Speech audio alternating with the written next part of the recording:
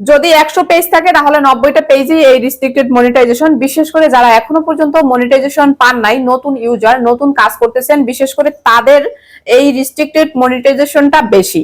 আপু পেজের মধ্যে এরকম রিস্ট্রিক্টেড মনিটাইজেশন শত চেষ্টা করেও এটাকে সরাতে পারছি না। আর যাদের এরকম রিস্ট্রিক্টেড মনিটাইজেশন রয়েছে আপনি কিন্তু কখনোই মনিটাইজেশন পাবেন না।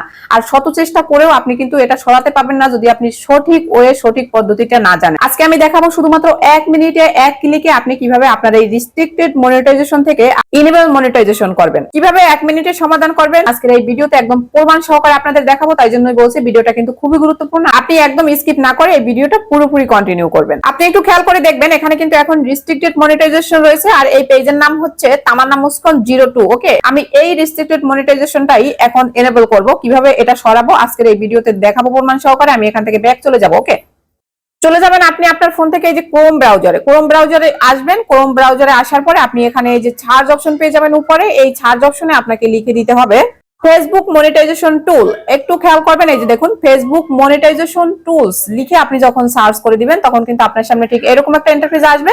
অবশ্যই ডেস্কটপ সাইটটা অন করে নেবেন। ডেস্কটপ সাইট কিভাবে অন করতে হয় সেটাও আমি দেখিয়ে দিচ্ছি। এই যে কোনায় 3 ডট লাইন দেখবেন, 3 ডট লাইনে একটা ট্যাপ করে দিবেন। এবার এখানে দেখেন এই যে ডেস্কটপ সাইট লেখা রয়েছে আর এখানে টিক মার্ক রয়েছে। আপনার যদি এখানে টিক মার্ক না থাকে তাহলে আপনি এখানে টিক মার্ক দিয়ে দিবেন, তাহলেই কিন্তু আপনার ডেস্কটপ সাইটটা অন হয়ে যাবে।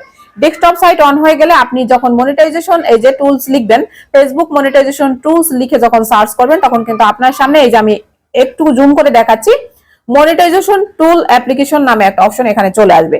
আপনি এখানে একটা ট্যাপ করে দিবেন। এখন কিন্তু আপনার সামনে ঠিক এরকম একটা ইন্টারফেস আসবে, একটু ওয়েট করবেন।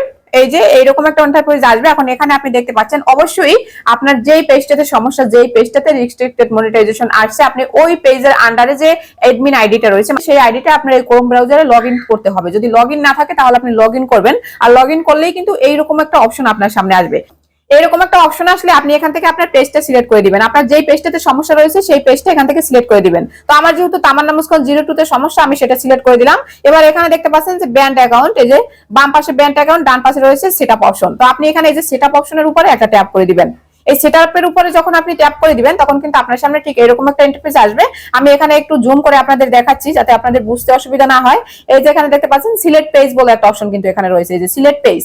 তো এখান থেকে আপনার পেজটা সিলেক্ট করতে হবে। আমি জুম করে দিচ্ছি যাতে আপনাদের বুঝতে কোনো অসুবিধা না হয়। এবার এখানে এই যে অ্যারো বাটন, এখানে ট্যাপ করে দিবেন। এবার এখান থেকে এই যে যেহেতু আমার তামান্না মুস্কান 02 পেজটাতে সমস্যা আমি আপনাদের আগেই বলেছিলাম, তো এখান থেকে আমি এই পেজটা সিলেক্ট করে দিব। তো আপনার যেই পেজের সমস্যা আপনি সেই পেজটা এখান থেকে সিলেক্ট করে দিবেন। তো এই পেজটার উপরে আমি এখান থেকে ট্যাপ করে দিলাম।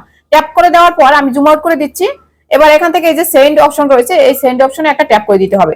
এই সেন্ড অপশনে ট্যাপ করে দেওয়ার সাথে সাথে কিন্তু এখানে দেখতে পাবেন যে ওকে বাটন লেখা আসবে, এই যে ওকে, এই ওকেতে আপনি একটা ট্যাপ করে দিবেন। আর এই ওকেতে ট্যাপ করে দেওয়ার সাথে সাথে এখানে দেখেন দুইটা অপশন আসছে নিচের দিকে, একটা ক্রোম একটা লাইট। তো আপনি আবার ক্রোমে ট্যাপ করে দিবেন।